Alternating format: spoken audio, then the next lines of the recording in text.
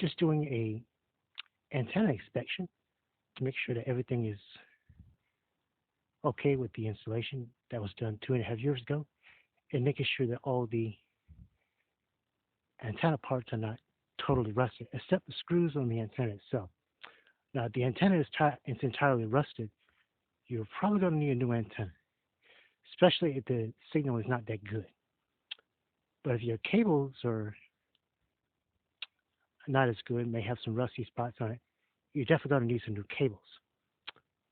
Other than that, this antenna checks out pretty fine.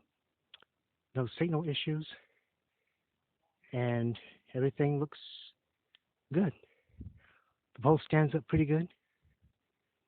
I don't see an issue with the bolts or anything, so that's just my inspection of the antenna itself, making sure that everything is tight and that the signal strength is good.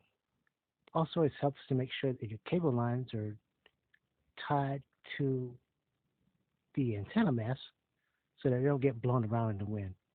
And you can do that by using zip ties. And also check the bolts on the bottom of the antenna mast, make sure they're not rusted. They're rusted a little bit, but they're not much of a problem. I tighten them up pretty good.